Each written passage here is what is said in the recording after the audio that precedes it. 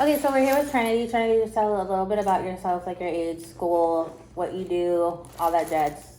Okay, my name is Trinity. I am 18 years old. I Speak go up. to school at School of Science and Technology, Maine. You're a senior. I'm a senior. I've been bowling for about 15 years, but I've only been competing since my freshman year, and that was in 2018. And I recently signed for UTSA. This coming fall, I'll be coming in as a freshman bowler, and my major will be psychology, so that's really exciting. And I bowl for Wagner High School. She doesn't even go here. Anyway, so Trinity, I knew that you had XLH when you were born, with how it works. When I found out you were going to be a girl, I had a very hard time accepting that because I knew that you were going to have to go through a lot of the same things that I did. So, when did you first, I guess, know that you were, I guess you could say, different, or that you finally realized that you had XLH, or that? I think it wasn't really apparent to me until like 6 or 7, because I knew that like I was different. I just didn't know like how until like my body started growing with me, and as like years went on, it was just like more. I felt like my body was just kind of like slowing down, but I think it didn't really like come to mind until I was around like first, second grade, maybe even third. I didn't realize like what I actually had. I thought it was just like you're different and not like you have a disease type of thing. Do you remember the first time that someone pointed out to you, like, oh my God, you're bow-legged, or, and how you felt when that happened? Did you understand it? I have vivid memories of like the first time that people and like especially adults started telling me that like my legs looked weird, or that like why do you walk like that, or a lot of times it was just like my classmates wouldn't really like hang out with me, and I didn't really understand why, but it never really bothered me. There were more times where I like yelled or like stood up for myself rather than like cried about it or like got offended. But I think it was like one of the most vivid things was just being told like she's bow-legged, or just like comments, but Yeah. it didn't affect me. When you were in school, well, you're still in school, but when you first started going to school, was it hard? Did you have to deal with bullying or anything like that, or was it more so what would happen when you were at school? It was more elementary than it was high school, but in elementary I did get bullied by, it wasn't just like groups, it was just like specific people that were either like jealous because of the attention that I had, or like the groups of friends that were actually there for me, or it wasn't severe. It was just like a fine line between those that are jealous of you and those that are not. And then in high school, I wasn't bullied. I was just more concerned about being stared at more than I was like being judged. But like as I went on, like it's a small school, I didn't really care, and I was never really bullied in high school. I'm still not. I just have more friends than I do bullies and like attackers, and people that just criticize are just kind of like in the distance. And how do you deal with going to a school that has a uniform? Since you wear pants, you have the option of wearing skirts and everything. How do you deal with that? Are you comfortable wearing skirts, shorts, anything like that? I know that you personally, you wear the tightest jeans on the planet. Do you feel that makes people stare more, or you just don't pay attention to it? I don't pay attention to the stares as much, especially in school. It's just I feel like wearing pants are more comfortable, especially like skinny jeans, because they actually fit. Like I like the comfort of having the jeans like around my legs, and it's not like an insecurity, it's just like specific clothing just don't feel comfortable to me because of the gap. Right. And it's not like me trying to say like, oh, I'm not comfortable in my own body. It's just like a way of me feeling like, okay, if I move a certain way, it's gonna like feel out of whack. So I don't like wearing skirts, and I don't like wearing shorts most of the time, but I've gotten a lot better about like wearing them out in public, because it's like I don't really care. Like, I know that you personally don't wear skirts and everything, and I personally went through a period in time where I didn't like to wear things that showed my legs because I had scars. Are you the same? Like, do you worry about, oh, should I wear shorts, or should I wear like capris or leggings or anything like that? Like, is your thought like, oh, I don't want to show my legs? Or How often do you think about that? I think about it. I used to think about it like a lot. It used to be like one of the things that determined like my entire style was just gonna be based off of like, oh, let's dress in a way where my legs don't get shown. Like even dresses and stuff. Like I would boycott like certain outfits because I didn't want my legs to show. But then like after a while, like to be honest, it was after I started taking Crispita when my legs started getting straighter. I was more like better. I felt better to wear like certain things. So it's like a lot of times I just, you know, go with the flow with whatever I wear. I don't think about my legs as much. It's just a lot of the clothes that I do have don't show my legs. So She's dressed like a bum right now, just so we know. joggers.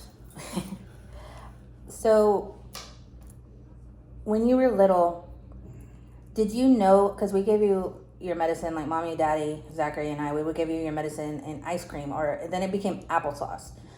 Did you know that you were taking medicine, or how did you treat it? You used to call raw cow chow ball balls. I thought, like, I remember thinking. Did you think it was a normal thing? Yeah. Like everybody did that? I thought that it was like a normal thing, that it was just like kind of like a vitamin or something that you take daily so that you get stronger and stabilize your body more. And I didn't realize it was actual like medication for my disease and my disease only. I did think that crushing up the pills was a seasoning. I did not know that it was medication. I thought it was just like spicing up my applesauce. And like now, when you see applesauce or ice cream, I know some people have like bad reactions to it. Like they'll be like, "Oh, I can't eat that anymore." Oh, I'll go ham on that applesauce.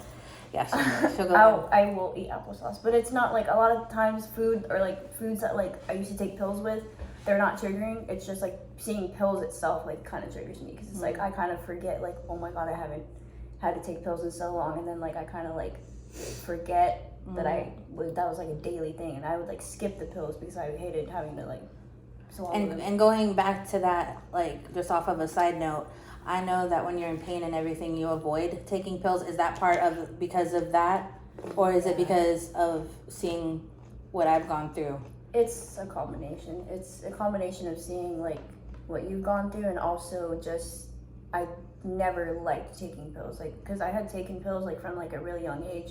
And then when I first had to like swallow pills, I was just like, I don't want to say it like hurt me, but it hurt me more mentally than it did. It was just having to constantly like remember this time of day, take your pills, take your pills, take your pills. But I just felt like physically it wasn't doing anything for me, so I stopped taking them.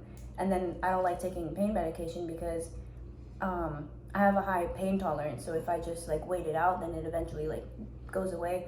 But if I take pain medicine ahead of time, then I'm just gonna want to keep taking it. I don't really like doing that. Do you feel that like if you were, let's say like prescribed a pain medication, do you worry about becoming addicted to it? Is that something that you fear because you become reliant on it? Not so much, because like I said, like my pain tolerance has gone up so much to the point where like I probably just take it one time and then be like, okay, I'm good. Because that at first it was a thought in the back of my head that like, you know, a lot of people that I know that have XLH become like way too reliant on painkillers, medications, and just like everything. You know, they like stack up with medications that they think will get rid of the symptoms and pains that come with XLH. But I personally don't think that's like a solution for everything, and I try to avoid it because for my body, I don't think I can handle it. Do you feel that I'm reliant on medication? Is that something that you're fearful? That's not something I see. Like that's personally, legitimately, I don't think I see that side of like, I've never seen up close like the medications and like how they work for you, because it works differently for every person. But I feel like the size of my body, I'd probably like be knocked out. So I don't take medications because I'm scared that like my body will react to it differently. And because of that, do you feel that you got like, I guess, adequate or appropriate medical care? Like, because I know personally growing up, like I am very protective of you. I call you my baby. And I know that mommy and daddy are very protective of you because of everything that I went through. Do you feel as if they could have done more, or that they should have done more for you because you feel like there was something that you felt you could have done, like let's say wear braces or have a surgery? I think what was done for me should have been done for others, if that makes sense. Because So you feel like it? I feel like what was done was enough. Because I understand that like at the time there, technology wasn't the same, and it probably will never be, but at the time that you were diagnosed, obviously they weren't educated, and they didn't go about it the right way. But I feel like with my parents, like with mommy and daddy, like going the way that they did, I think that's the best that they could have done. Because there were times when I was little that I like had like these deep dark thoughts, like, oh, I wanted to have a surgery just so that I would be like fixed. But then growing up, I was kind of like, okay, if I was put in a surgery, I probably wouldn't be doing half the things that I'm doing now because of the recovery time. Plus, I don't just have one bowed leg, I have two, so that's twice the recovery. Right. And I didn't want to go through what you went through, and I just kind of thought like, I'm fearful but also blessed, and I didn't really know which way to go. I mean, you were born after I was done with my third. I was 18 when I had fourth. So you were either born when I had my second or third surgery, and so you really didn't see my youth through surgery, but you saw me as an adult have these surgeries. How did that make you feel? I think because of the age gap between us, I didn't understand what was going on. I felt more panic than I did like realization, because there were times where like I thought that you were just like having episodes. I didn't think it was permanent. I didn't think it was like an actual thing that you were going through, that you had just come out of like surgeries and stuff. Whenever you had the fixators, I thought it was just like a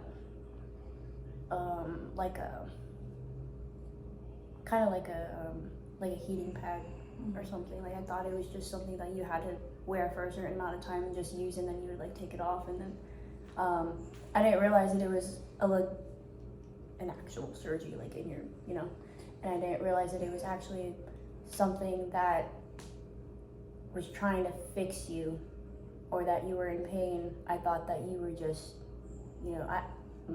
I don't know how to word it, but I felt like we weren't together. Like I felt like there was like a current in between me and you. I guess the only way that I can ask is, did I traumatize you in some type of way with either my surgeries or the pain or anything that I have gone through or go through? Were there thoughts that just you couldn't handle, or things that you couldn't tell me, or like you felt like you had to be guarded off because of how I would react? Yeah, I felt like I was shielded a lot. Like I wasn't allowed to see what you were going through because like I felt like I had to be kind of like pushed away from you, because I didn't want, I was too young to realize that like you were in pain, and then like that could happen to me. I think the thoughts that actually traumatized me was that if it got to that point in my body, then I would have to go through the same thing. But like as a kid, I think like the most traumatizing thing was like when I realized that like they weren't just like little placements of like tools, they were like through. That's one of the things that like messed with me. And as like a sister, regardless of the age difference or anything, because of how close we are, do you ever feel like you missed out on having a sister, or missed out on things that like, I guess, normal or whatever sisters would go through? Like I had promised you I'd always take you to Paris, but there's a fear of the lack of mobility. Do you feel that you missed out on something? To be honest, no, because life isn't really defined by the things you do with people, and I feel like I still have like a great bond with you as my sister, because the memories that I have with you are like, they're not boring and they're not bland. It's just like, like Disney World, and like cheer competitions, and the dance. It's like I just look back on those times. I don't really think about the times, because to be honest, like I can't even think of, they're just like, I can't really think of a time where you weren't ever there, or like I missed out on stuff, because my memories of my siblings are like so colorful and bright and vivid. I can't really think of a time where like I felt like, oh, I missed out on this or that, because there was a lot of time when I was younger that I can't really remember, where I just have this feeling in the back of my mind like there's just this gap of a couple years where I felt like I didn't know you, like I didn't get to have that chance to know you because you were going through the surgeries and you were like kind of, it was a sad feeling because it's like I knew you were my sister but you were always just there, and that's like kind of what hurt.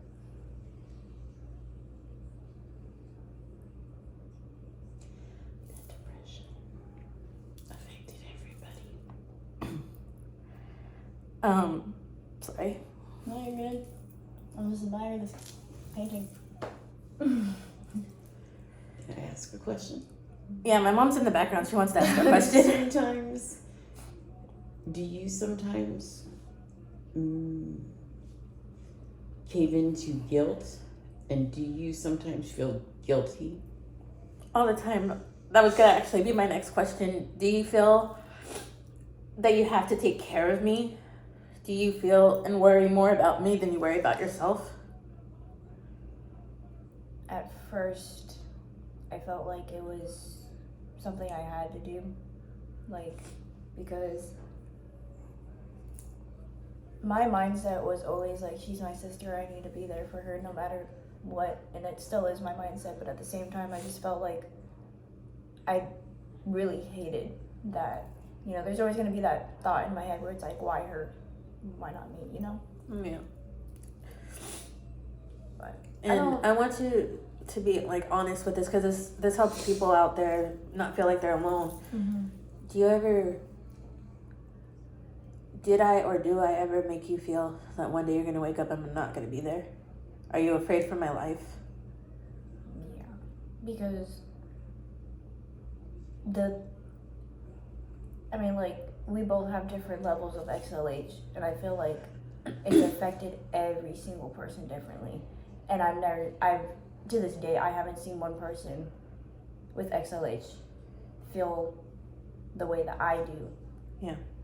But it's like, with you, I knew that XLH meant something different to you. It wasn't like another opportunity. It wasn't like something that you could really live around as like a blessing, but like kind of as like a curse. And I feel like that's just how you grew up with it, knowing, you know, because like the pain that XLH brought you hurt me, but the pain that I felt, like any pain that I felt did not compare to any pain that you felt. So that's just how I grew up. I kept trying to teach myself, you know, it could be worse. Did you feel like I devalued your pain, or that you felt you couldn't tell me certain times or things when you were in pain? I kind of conditioned myself to believe that my pain wasn't anything. Like, I told myself like that, you know, there are millions of people in the world that could have it, you know, that have it worse than I do, and I didn't really want to. Yeah. You know, if I knew that it wasn't a big deal, then I wasn't gonna make it a big deal. If I knew that I couldn't, you know, if I wasn't bleeding, bruised, or dying, then I just kind of like sucked it up. And I think we both have those days where, like, I live by the mentality of there's always someone else out there that's worse off than I do. At least I try to live that way. Mm-hmm.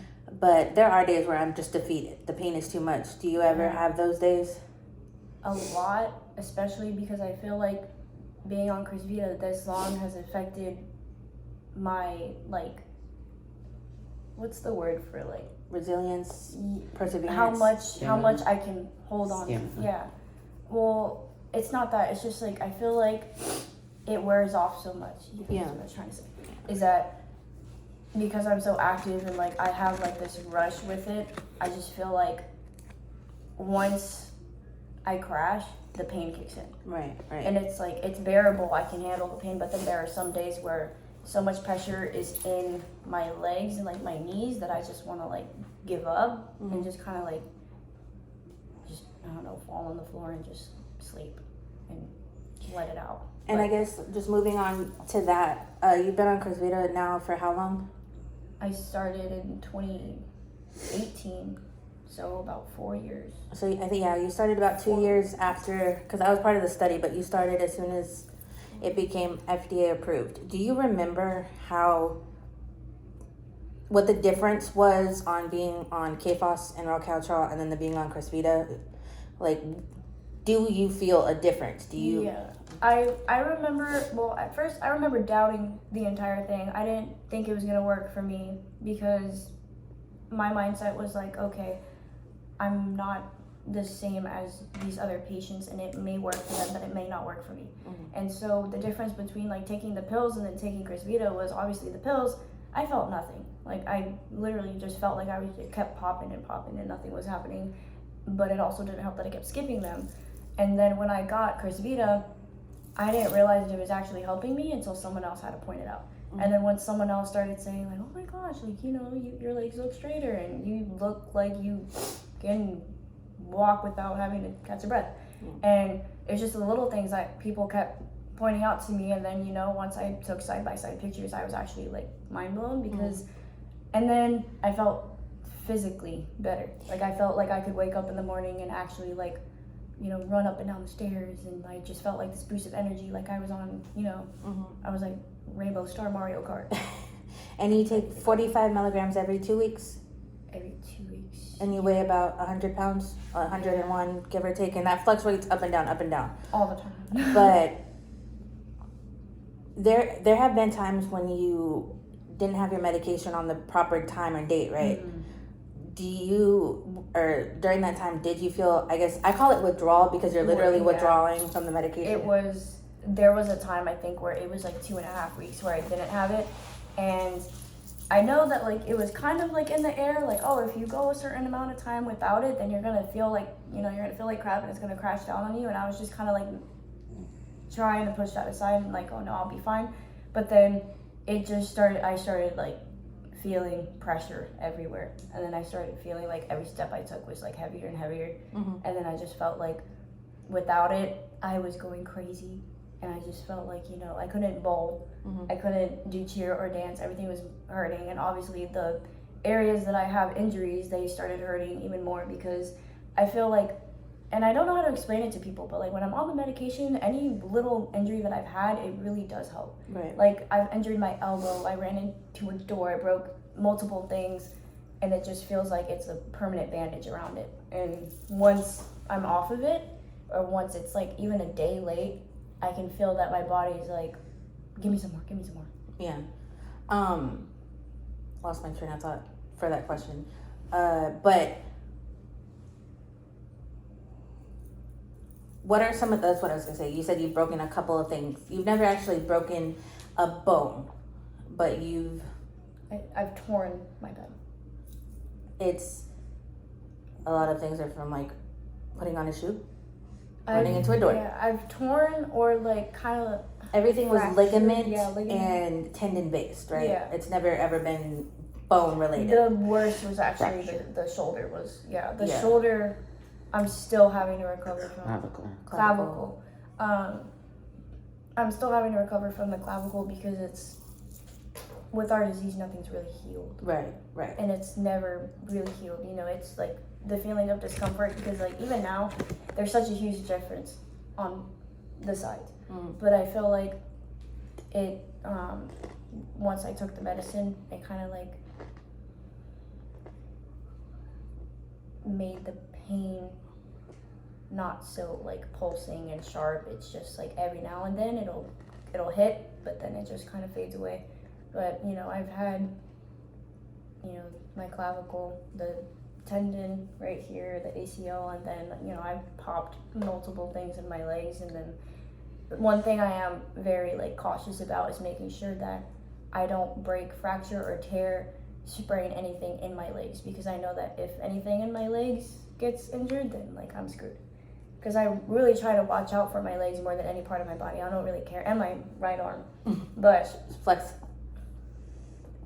That's your bowling arm. But yeah, going into your athleticism and everything, you have been active ever since you were little. Except your dance performance when you were 3 and you just stood there. That was the best dance performance I've ever had. But as an athlete, you are a bowler, you're a cheerleader, you're a dancer. You did baseball when you were little, can you tell what are the differences that you feel being a athlete on Chris Vita, and then being an athlete on KFOS and Royal Couch? Did you ever? That's a good question. That's a really good question. When I was on Royal Couch in KFOS, when I was an athlete, I felt like I was like sport hopping. I felt like if one thing didn't work out, then I should try something else because it hurts too much. And so the running and baseball and t-ball when I was little, I felt like that was a little too much. Like I felt like just standing on the base and not moving and hoping that someone else would move for me, like, tag.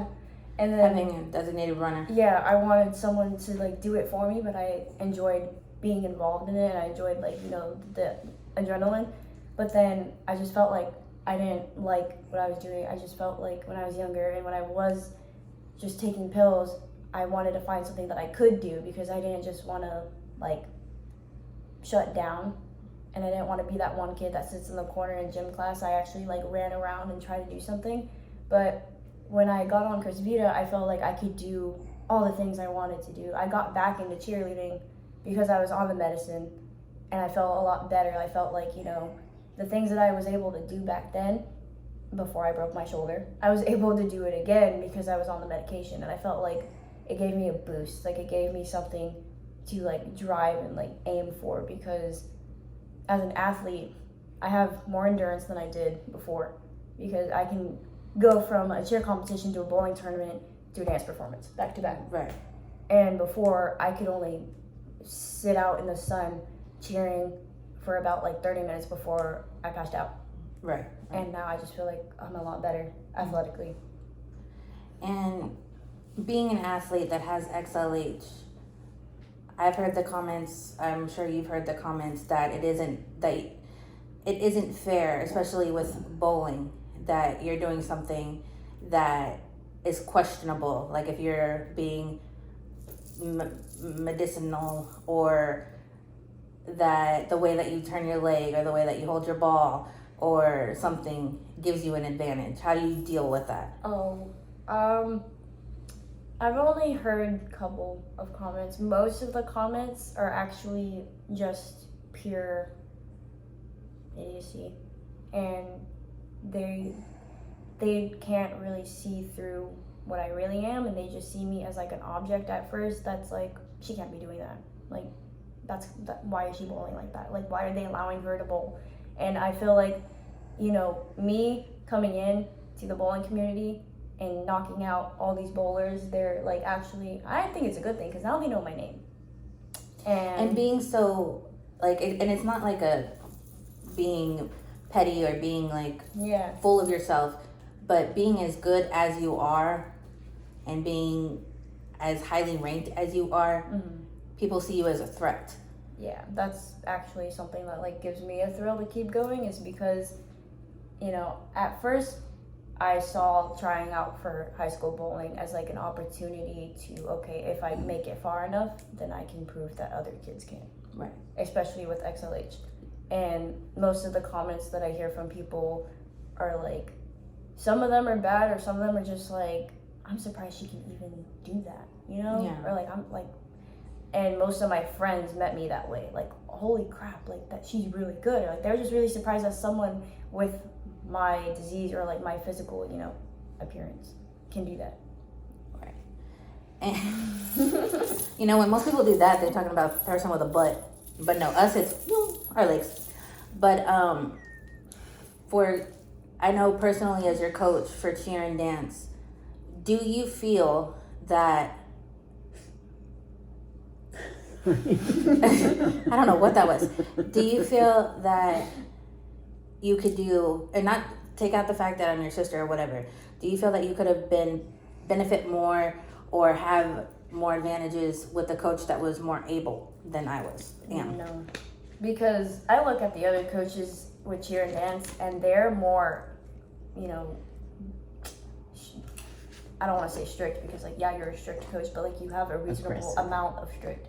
Most coaches will haze you and want perfection rather than accuracy, and that's how we place. I guess with your coaching for bowling and coaching for cheer, having a coach who is differently able, does it make it easier for you to have me as your coach, or would you? It's easier because we have the same understanding of what, because the way that you and I work is you can verbally explain it to me and I can visualize it and I can actually do it. And I just feel like a lot of times when I'm being coached by someone else, even in the bowling community, a lot of times these coaches aren't even helpful because they tell you something.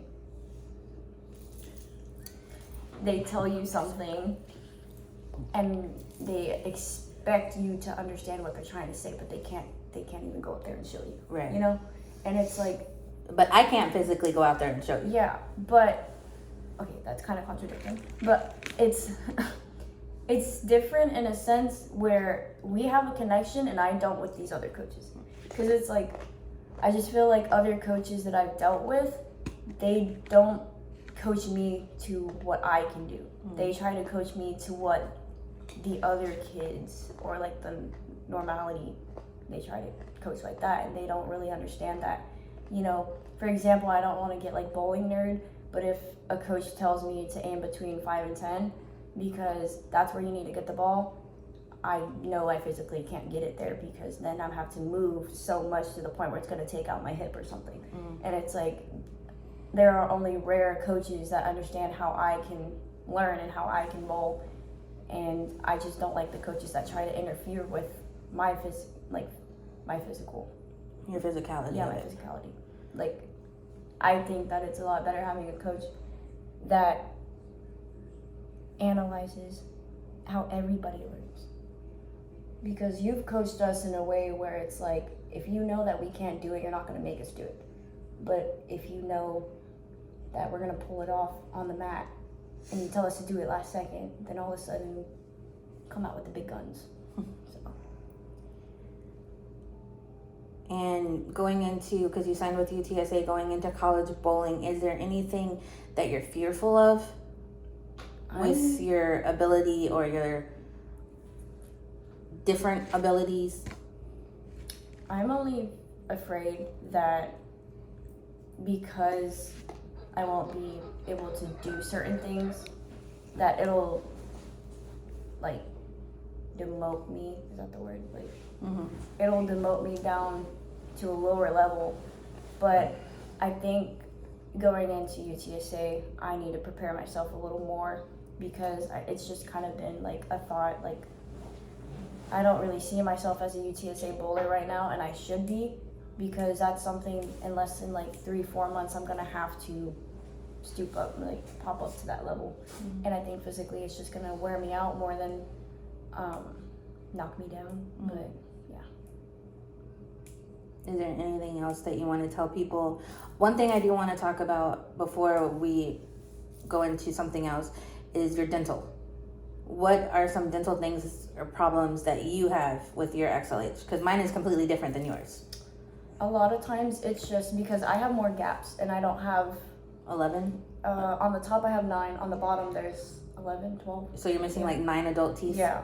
And that's, I guess, would be considered a major problem, but like for me, for me it's not that big of a problem. It's just like, the typical, because of the gaps, like if I drink or eat something that's so cold, then like it'll hurt. But if it's as far as like toothaches, I take care of my teeth like as much as I can, and I don't really have a toothache, but it's always like the bleeding is so severe, and I always think that like I'm doing something wrong. But then, the dentist always says like that's normal, especially for you, because I don't have that many teeth, so I don't have that much pain as I used to, because before it used to be really bad. And I think chewing ice is just one of my things that I can't really step away from, but it's also like affected my teeth a little bit. So yeah. On Chris Vita, do you feel, I guess going backwards, do you have any weird cravings? A lot of people say they have weird cravings. Like with me, it's lettuce. I'll start craving something spicy, and I'm not really a spicy person. And I know that somebody has even said cauliflower. I just have like cravings for like food combinations. Like I can't just have a craving of something by itself. It has to be like, and it's weird, like, because I'll eat the Dita Vita chips with like chocolate, or something spicy, like sweet and spicy, and then something She just had a milkshake Like- and those Dinamite chips. Yeah, or lettuce. It's always lettuce. Like, I have to have a salad or just eat lettuce by itself. And then I wouldn't really consider ice as a craving, but it's just something that, like, I always chew on. Do you But feel that's that part it of my got worse anxiety. when, because ice is a big craving with a lot of people that are on Crysvita, and I know it's an anemia thing too, but do you feel that it got worse when you started Crysvita? Like, you feel like, I feel it did. Just the ice.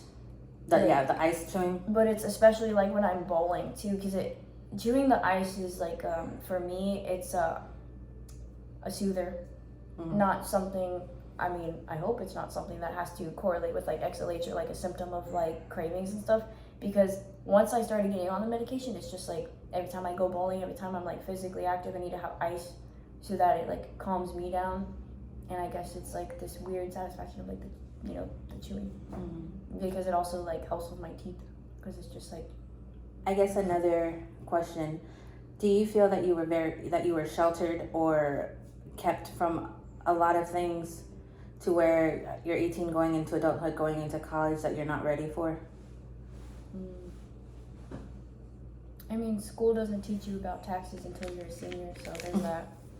And I just feel like I wasn't really sheltered. I just didn't have opportunities to learn about certain things going into adulthood because as college approaches around the corner, I'm going to go into it blind, and that's pretty scary. But at the same time, I know that there are people that have more than enough time to help me around before I do go into college, and I wouldn't really consider myself like a full adult until at least like after graduation, because once that happens, I'm outie.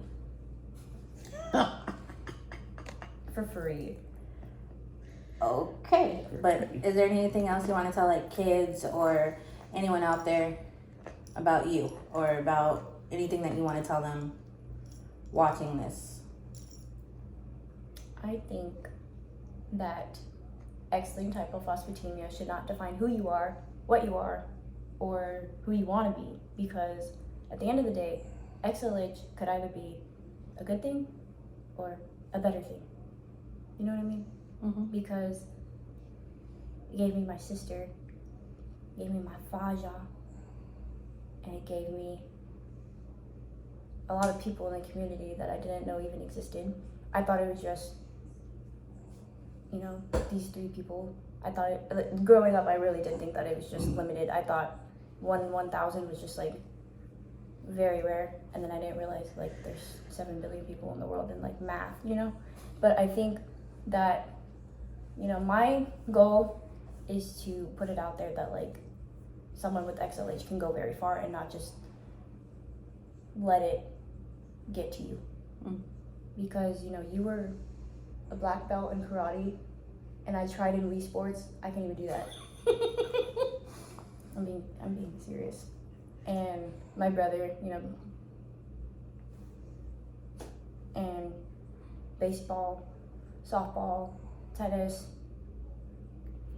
whatever the heck he's been in, I just feel like growing up, I had like the 2 best siblings that I could have had to like guide me and put me in that mindset of like XLH is a blessing and not a curse or something, I never looked at it as a disease. I looked at it as just something I had to grow up with.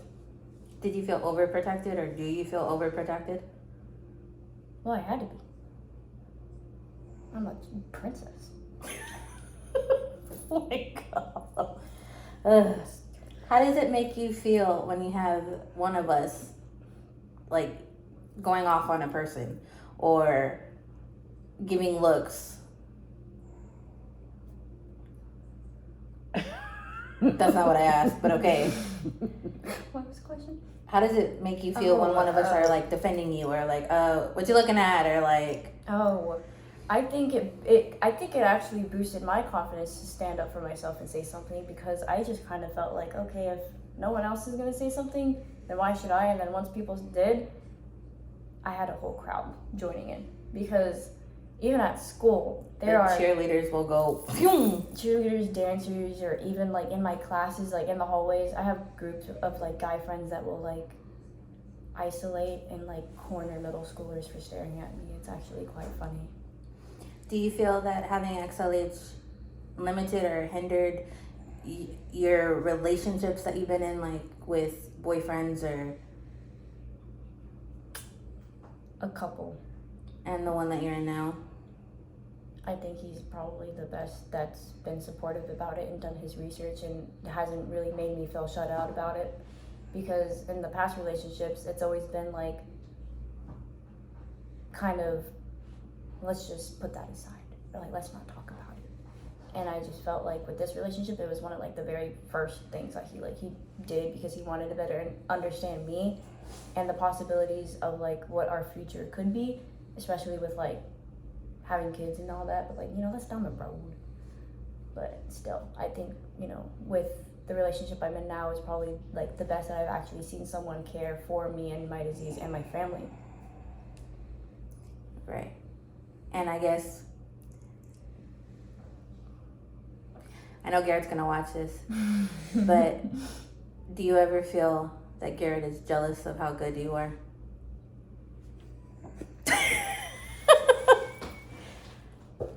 Yeah. Okay. Well, yeah, anything else you want to put out there? I think I've said what I needed to say. All right. Well, thank you guys for watching. I know this is probably the longest video that we've done, but if you made it all the way through, thank you for watching, and Subscribe to my channel. you don't have a channel. I'll make a channel. Thanks for watching. Bye.